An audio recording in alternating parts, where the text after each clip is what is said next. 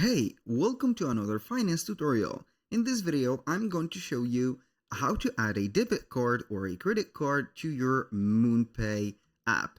So we're going to head over moonpay.com if you're going to use the desktop version or your app into your phone device. So after that, we're going to head over the account settings. If you're going to be on your PC, click on get started and you're going basically here to see this page and you're going to find the buy-in process. So you're going to click on the gear icon and you're going to find the payment methods. We're going to click on it.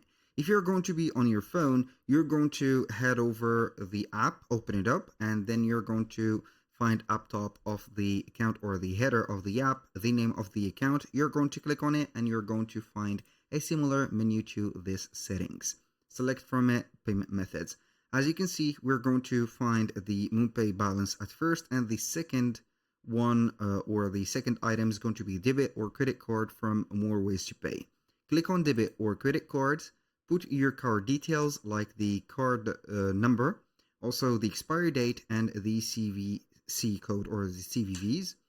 And finally, you're going to put the billing address. This is a fake billing address. You can go ahead and modify it, and then you're going to enter it manually just like that.